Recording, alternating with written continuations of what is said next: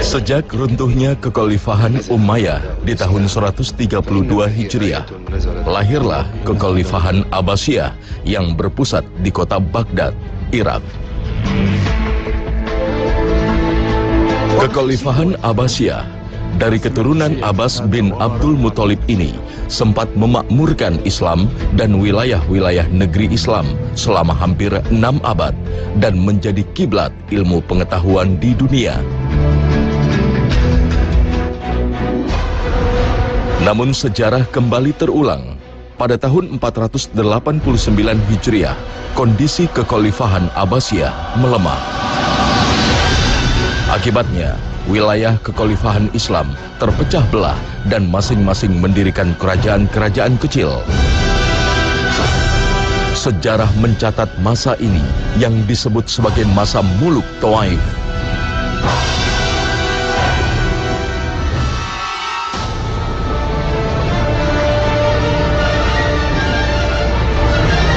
Kota suci Al-Quds direbut pasukan Salib.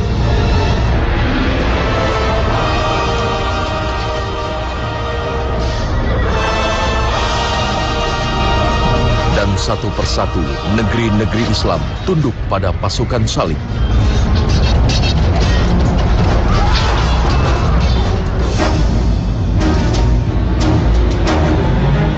Sementara kerajaan-kerajaan kecil yang tersebar di seluruh wilayah Islam saling berebut kekuasaan. Kekhalifahan Islam jauh dari harapan.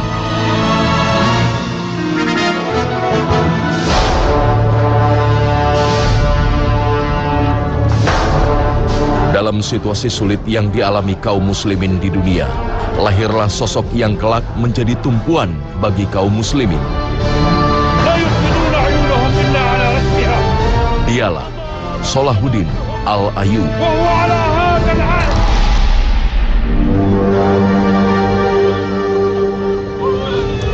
Lahir di tahun 532 Hijriah saat ayahnya Najmuddin Al-Ayyub yang merupakan pemimpin wilayah Tikrit di Irak sedang menghadapi masalah pelik dengan Baghdad, sehingga memaksa keluarga Salahuddin hijrah ke Mosul, Irak dan berlindung pada Raja Imaduddin Zengi. Di saat itulah kemudian sempat keluar kalimat pesimis seorang ayah pada anaknya. Sebenarnya mungkin bukan pesimis, tapi tepatnya adalah keadaan membuat dia harus mengeluarkan kalimat itu. Dia mengatakan, andai anakku ini, Salahuddin ini, tidak lahir pada keadaan yang serumit ini. Bismillahirrahmanirrahim. Inna fatahna laka fathan mubina liyaghfira laka Allahu ma taqaddama min dhanbik. Di tempatnya yang baru inilah Salahuddin mendapat pendidikannya. Mustaqimah wa yansuraka Allahu nasran aziza.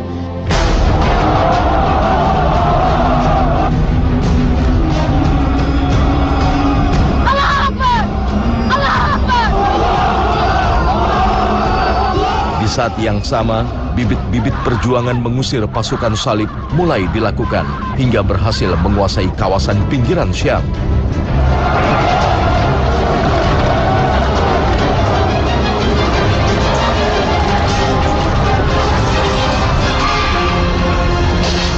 Inilah yang disaksikan oleh Salahuddin kecil.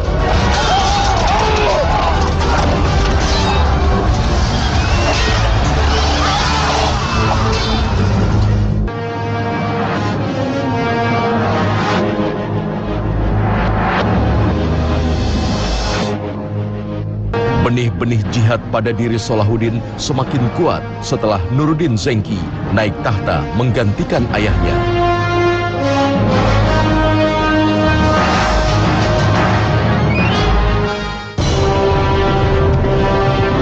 Seluruh kawasan Syam pun berhasil ditaklukkan.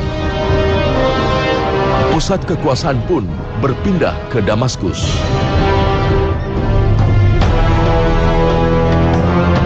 Di Damaskus, Salahuddin mulai terlibat dalam perjuangan yang dilakukan Nuruddin Zengi. قد رأيته من قبل يا سيدي. نعم، حامل البشارة. جعل الله البشائر دائما بين يديك يا صلاح الدين. وليس كثير الكلام يا سيدي. كثير الفعل إن شاء الله، ومن يريد الكلام في هذا الزمان.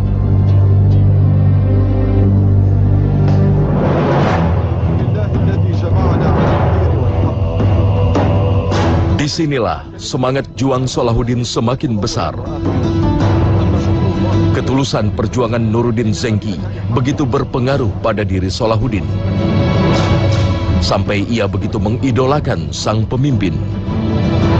Nuruddin Zengki, Masya Allah, bacalah sejarah hidupnya tentang Nuruddin Zengki, dan sangat layak untuk dikagumi. Pantas ketika Salahuddin mengagumi Nuruddin Zengki yang kurang lebih jarak usianya lebih dari 20 tahun antara Salahuddin yang lebih muda dibandingkan Nuruddin Zengki, sang pemimpin besar dengan semua kesolehan, kehebatan kepemimpinan dan semua keberanian dia dalam jihad dan juga masalah ahli ilmu. Ini juga mahal buat kita belajar, ya, agar kita belajar bahwa mengagumi seseorang itu penting.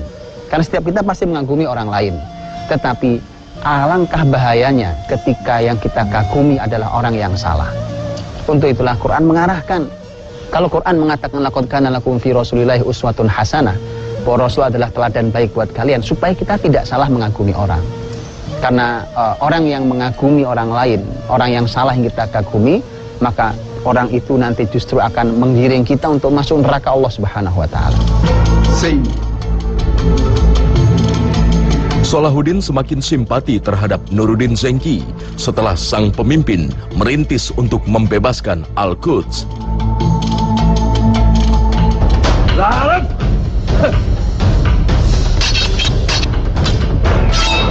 Salahuddin pun mulai terlibat dalam perjuangan sang pemimpin.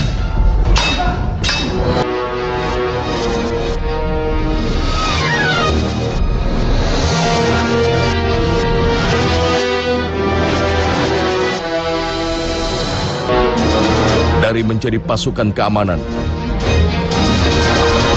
hingga akhirnya ia dipercaya sebagai utusan ke Mesir untuk menyatukan barisan umat Islam agar tidak dapat ditembus oleh pasukan Salib. Di Mesir, ia berhasil mengembalikan kepercayaan rakyat Mesir dan mengubah negeri ini dari faham Syiah menjadi Sunni sebagai langkah awal menggalang persatuan umat.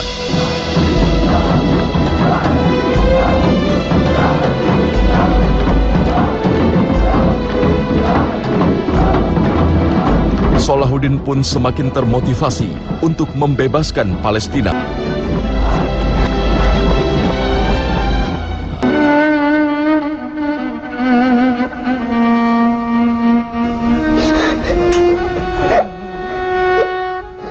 Jalannya semakin terbuka lebar setelah Nuruddin Zengki wafat.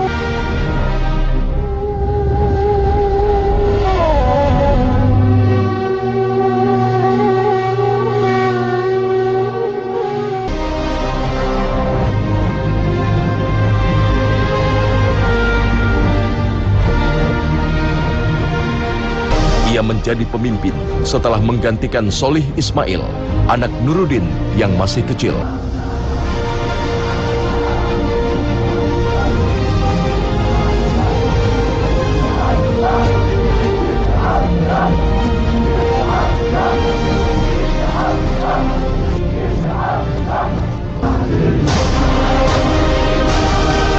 Disinilah ia mulai melancarkan aksi-aksinya untuk membebaskan bumi Palestina.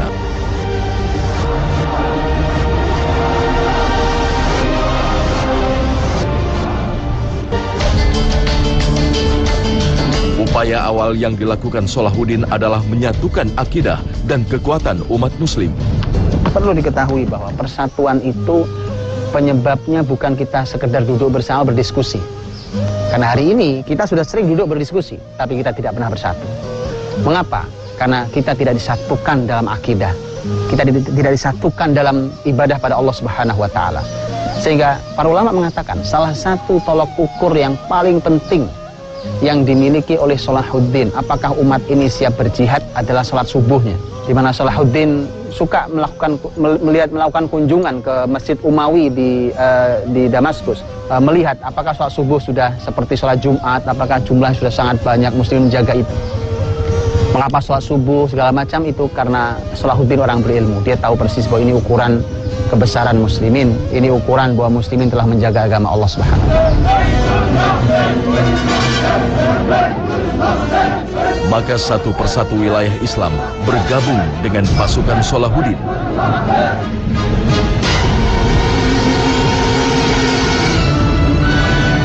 Salahuddin kemudian memberangkatkan pasukannya untuk membebaskan Al-Quds, Palestina.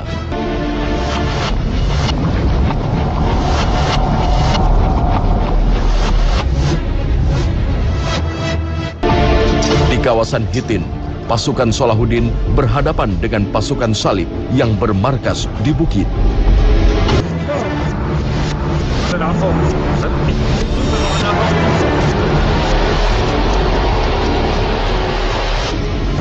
Maka dengan kecerdasan militer, Salahuddin berhasil memaksa pasukan Salib turun gunung hingga terjadi perang besar di Medan Hittin pada tahun 583 Hijriah.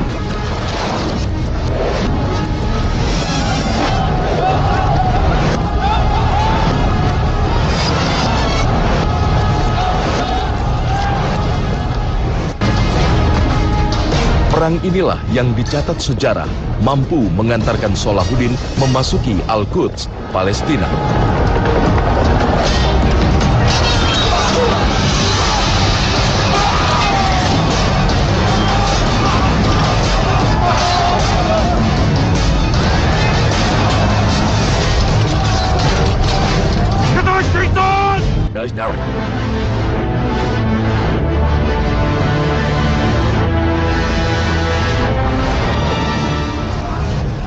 Dari pasukan Salib berhasil ditawan dan Al-Quds pun berhasil dibebaskan. Ya Abdal Hattin, هي القدس تحت أبصاركم وليس بينكم وبين الأقصى الشريف إلا هذه الأسوار. الله أكبر.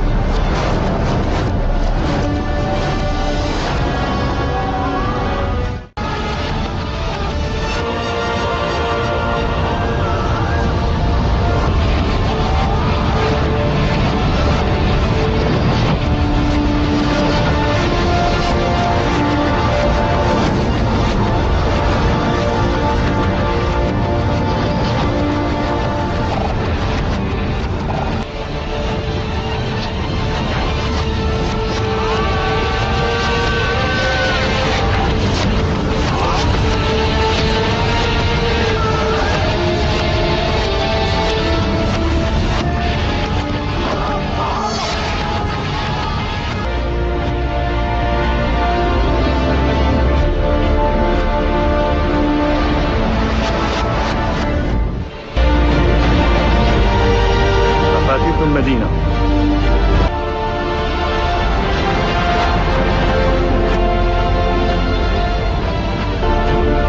Inilah kali kedua umat muslim berhasil membuka Palestina setelah sebelumnya berhasil dibebaskan oleh Khalifah Umar bin Khattab. تقي الدين عمار، إذا صرنا داخل المدينة فرق شرطة الجيش على جميع الأحياء لحفظ الناس وصيانتهم، ولا تتهاون مع أي من جندنا يهم بالعدوان كائنا من كان. بسم الله. الله أكبر.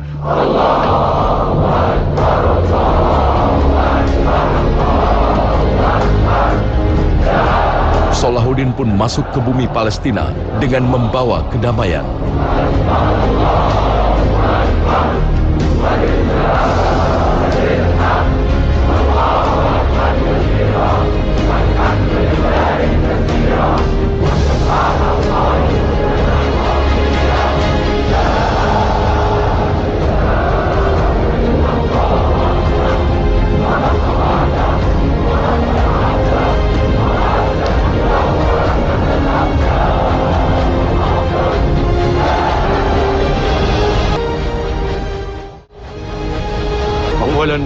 أخيرا بيت المقدس. استجيب الله، صدق الله وعده، سيبوه بعيدا وهو عند الله قريب.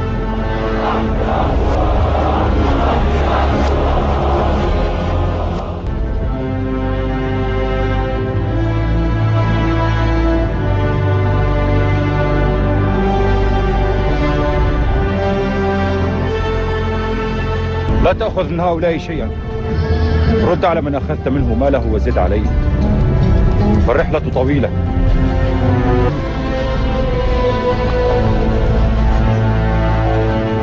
باركك الرب الرحيم أيها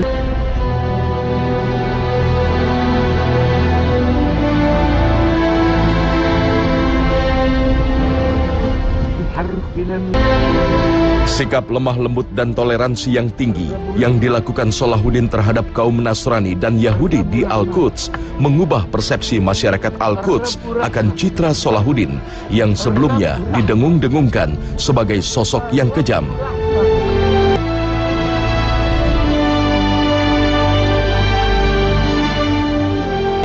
Bahkan Raja Salib sendiri memuji sikap sang penakluk Palestina ini. حطمت بعض أساطيرنا وصنعت أسطورة. Ibnu Qayyim seperti menyimpulkan keseluruhan hidup Salahuddin Al-Ayyubi. Mari kita dengarkan. Ibnu Qayyim mengatakan bahwa an-na'im la yudrak bin na'im, bahwa kenikmatan tidak bisa diraih dengan kenikmatan. Apa maksudnya? Kenikmatan tidak bisa diraih dengan kenikmatan. Kalau orang mau bersenang-senang dari sejak awal hidupnya, maka bagaimana dia bisa mendapatkan kenikmatan di ujung usianya? Sampai kemudian Ibnu Qayyim melanjutkan kalimatnya. Dia mengatakan bahwa sesungguhnya kenikmatan, kelezatan itu didapatkan dengan seberapa dia berlatih sabar untuk menanggung semua kesulitan di awal hidupnya. Kemudian dia mengatakan bahwa tidak akan ada kebesaran kecuali bagi orang yang punya tekad tinggi. Tidak ada kelezatan kecuali bagi orang yang bersabar, dan tidak ada istirahat kecuali bagi orang yang lelah. Belajarlah itu, dan Salahuddin adalah gambaran besar untuk itu semuanya. Setelah Palestina terbebas dari tirani salib, Salahuddin Al-Ayyubi membangun Palestina baru. Seluruh masyarakat diberi hak untuk tetap hidup di bumi Palestina, apapun ras dan agamanya.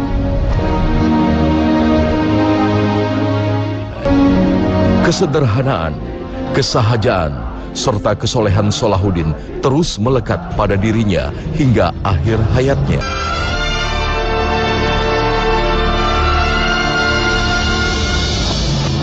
Tahun 589 Hijriah atau 6 tahun setelah pembebasan Palestina, Salahuddin wafat di usia 57 tahun. Di ujung hidupnya, Salahuddin hanya meninggalkan harta yang bahkan tak cukup untuk membiayai pemakamannya.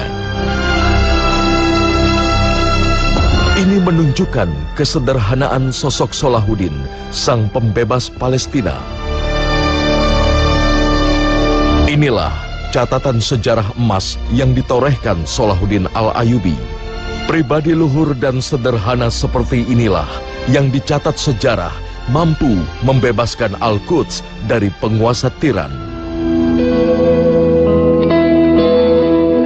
Sosok sederhana seperti itu pula yang melekat pada diri Umar bin Khattab sehingga mampu menaklukkan Palestina. Maka dunia Islam masih menunggu sosok-sosok seperti mereka untuk kembali membebaskan Al-Quds dari penguasa tiran.